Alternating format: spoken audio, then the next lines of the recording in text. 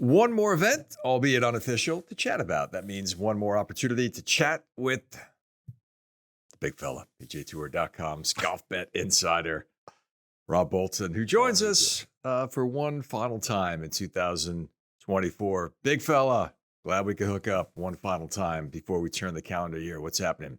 Same, pal, same. Yeah, it's a coincidence as well because we rarely convene in December, right? I mean, it's not even once every other year. It's less than that. But it happens to be the birthday of the man who introduced me to this wonderful sport that we cover, that we love, that we watch, that you play, golf. My grandfather, Frank, it's his birthday. He left us a few years ago, but his drink of choice in the morning was Sanka. So I'm gonna see his Sanka with my Nescafe this morning and raise a glass for my grandfather. Love him.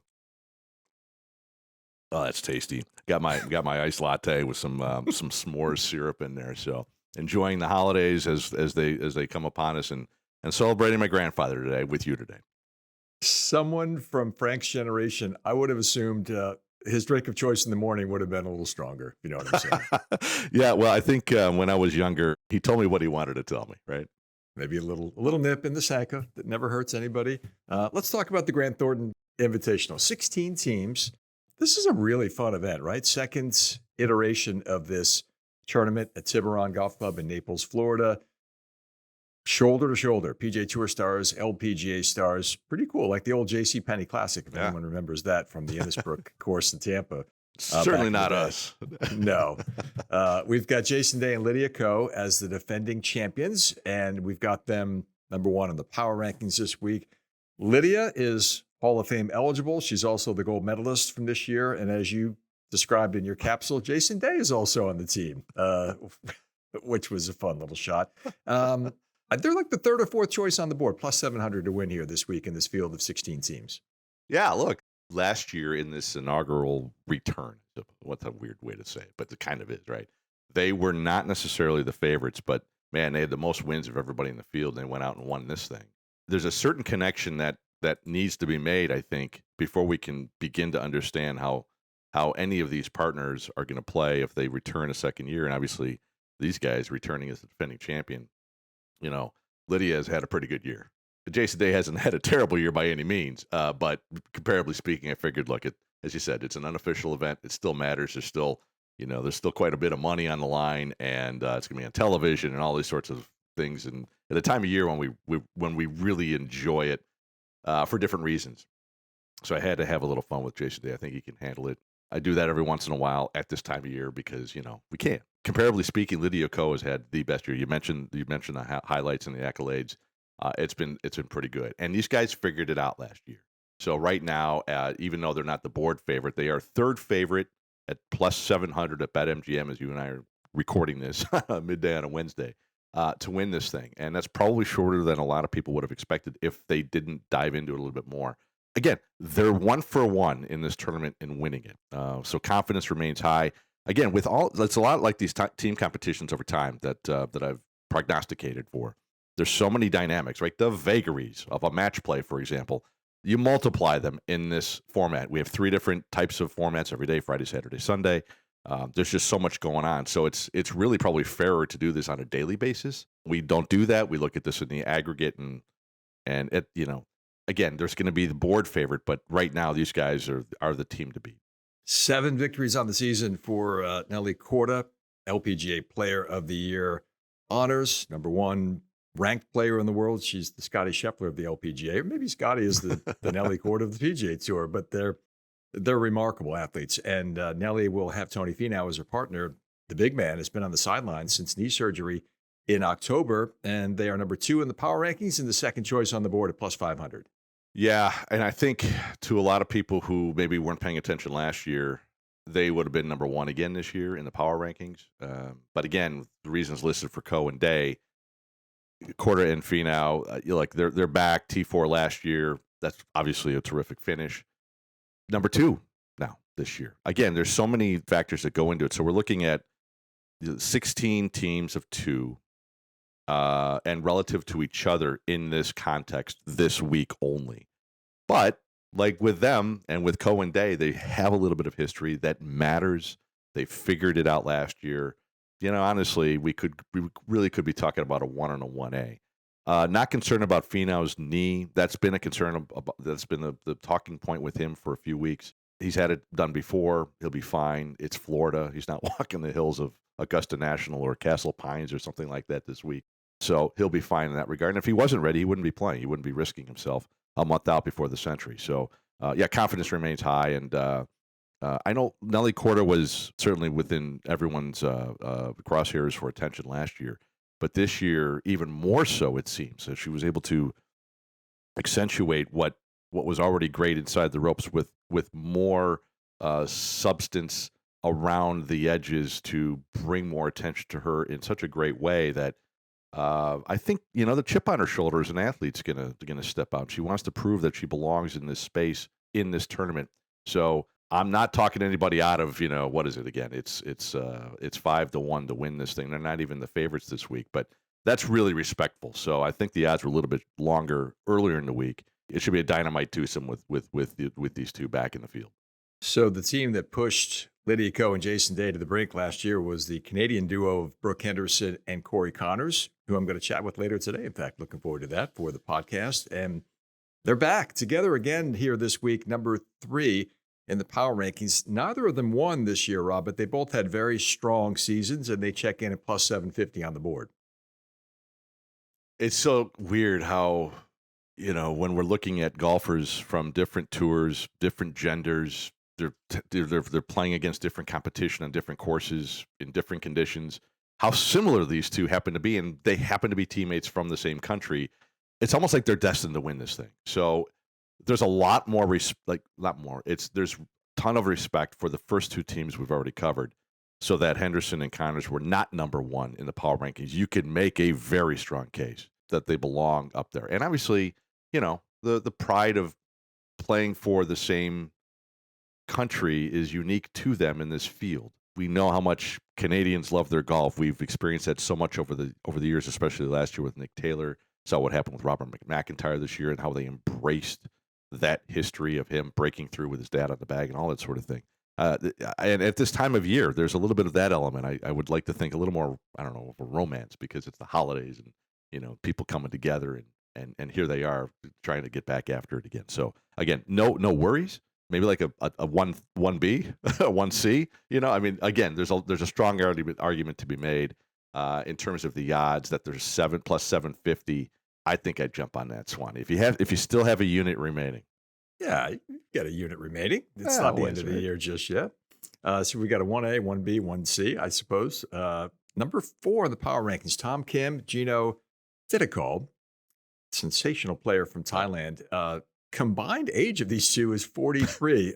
Gino is actually younger than Tom Kim. I didn't think anybody was younger than Tom Kim, but here we are. And this team is actually the chalk on the board this week at plus 450. How about that? Yeah, they weren't to start the week, but they deserve it. Yeah, and Tom Kim coming off the strong performance at the Hero World Challenge. We know how much he loves these team events. There's still a little bit of a honeymoon period with him in terms of these team competitions. He really hasn't done anything wrong.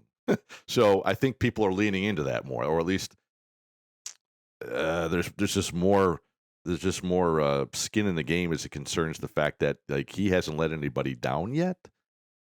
The scar tissue hasn't built over yet because he hasn't let us down. So yeah, the fact that he's the board favorite on the odds, I do think also speaks a little bit to the fact that they're a first time team. The first 3 in the power rankings are not, and so there's going to be some regression there, I think, to a mean, but these two so dynamic. You had to mention the combined age. That's the first thing I thought of when I put these two together. Like 43, man, that's just unfair. But my last line there was expect fireworks for all sorts of reasons. Inside the ropes and with the emotion, it should just be a fun show to watch.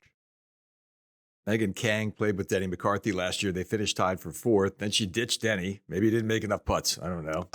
Matt Kuchar is not a bad stand-in. All he is the all-time earnings leader at Cimarron, right? And both Megan and Kuch have had some pretty sharp recent form. They're at plus 2,000. For my money, that's the best value on the board this week in this field of 16 teams. Yeah, and both have been playing really well. Kuch much better than you might have realized because you're focused on some of the other golfers, especially from the male standpoint in the tournament. But yeah, it's like, what is he going to like? Oh, I guess I'll play this tournament again. I kind of like that course. I've been pretty good on it. Yes, I've won the most money, I suppose. I'll figure out a way to get down there and play this. So yeah, he drew a wonderful partner, Megan Kang. I mean, these two, there's just so much momentum. I mean, sometimes when I'm looking at the power rankings in a situation like this, again, with those vagaries, you're looking for what's wrong, and there's not a lot of wrong there. So, slotting them there at number 5 was felt low, to be honest with you. I mean, those odds are, as you said, that's some terrific value. The team that has the glitziest brand, I guess, and most appeal among casual fans would be Lexi Thompson and Ricky Fowler, right? And they've been together a few times. In fact, I think it's their 4th time teaming up in this event. They're down at number 10 in the power rankings, and for good reason. They really haven't done a whole lot. And yet, some units are flowing in on Lexi and Ricky at plus 1,200 as we speak right now. Yeah, I'm kind of speechless. That's really short. I don't understand that, honestly. That's no disrespect to both of them, but I mean, there's a lot of quality in this field, and the fact that they're 1, 2, 3, 4, 5, 6 tied for 6th shortest in a field of 16. I don't know. I think I stay off that and maybe lean into a little more of this firepower that we've already been talking about. Obviously, name brand for days for both of those guys.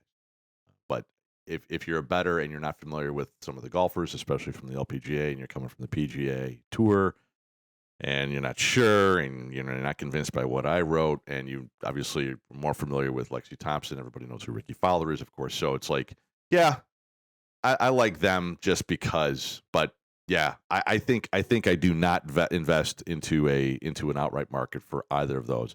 I started at the bottom and I had to keep going up looking for them, and it's only a small field. Like, wait a minute, is that right? But it's right. Yeah, good for them. I mean, again, it's a small field. I can understand why BetMGM, I talk about this all the time. They want to get the lights on, at the end of the tournament. They got to be careful. And with those name brands, I suppose that's going to play into it in a smaller field like this. You thought you would be speechless. But I know. You would not be. I was confident you would not be. You caught that, did you? Let's peek ahead a little bit to 2025. It's right around the corner. PGA Tour Fantasy Golf presented by PGA Tour Superstore. Yeah, how about Gamers are fired up about this. I'm fired up about this, big fella. I know you are as well. Drop a few of the deets on us. As we informed gamers and everybody who's paying attention to fantasy golf on the website at the end of the 24 FedEx Cup season, I won that among experts, by the way. So everybody's going to be targeting me, which I love. I love being the front runner. But existing gamers will have a warm lead into it for 25. It's the objective here is if you're watching us and you haven't played before, go ahead and register at any time. It's free. The prizes are outstanding. First prize, I don't even know gift cards could get to this level. I don't even know if that'd be legal, but a $4,500 PGA Tour Superstore gift card for first place and a full bag fitting at the studio. And then there are runner-up segment prizes at fantasygolf.pgatour.com. You can find it on the app, obviously on the desktop website. Right now, if you went to the website, it says coming soon, so registration will open at some point, before the century begins. Format will be similar. You're going to have segments. You're going to have lineup changes available during the tournament. Scoring will be similar. You're going to designate one of your golfers as a captain for the tournament. And that means the points will be doubled for that player. You could have a better week than somebody else who does better in overall scoring because your captain is the best of all of those golfers involved. So love that wrinkle. And secondly, there's going to be, and this is something that a long time coming, there's going to be an automatic swap option in case one of your golfers withdraws or misses the cut, gets disqualified, that sort of thing. And you'll be able to designate a golfer to replace that person in that scenario. And that comes up a lot more than I think it's realized because golf is over 4 days typically, and sometimes it doesn't finish in before sunset. It'll be more competitive as a result of it. There'll be moments where it's going to really matter, and you do not miss those moments. So you're going to be more it'll be more incumbent for all gamers to be engaged more regularly. You don't have to just set and forget. You're gonna be invested in this, and with those prizes at the end of the season, and at the end of every segment and at the end of the season, there's a really good reason to be. I'm always excited about fantasy golf, but this particular thing with these couple of wrinkles, I think it's just the right balance for what's already been really fun and popular and competitive into something a little bit more without losing its soul of what we love it to already be. Well said. Coming in 2025, PGA Tour Fantasy Golf presented by PGA Tour Superstore. Thanks for the intel on that. Thanks for the chat this week. So many great conversations over the course of 2024, and for your massive contributions to all the content in the golf bet space at PGAtour.com. I hope it is a sun-baked and joyous holiday in the Bolton household out there in Phoenix, and look forward to catching up again in 2025. Cheers, big fella. Thanks, pal. And I'm going to raise my cold toddy to you and our better third, Chris Sinclair, the man who never wants to be wrenching behind the curtain, doing all the work for us. Happy holidays. Love you guys. Oh, that's tasty. And it's just a small glass today, or cup rather. Take care, pal. See you next time.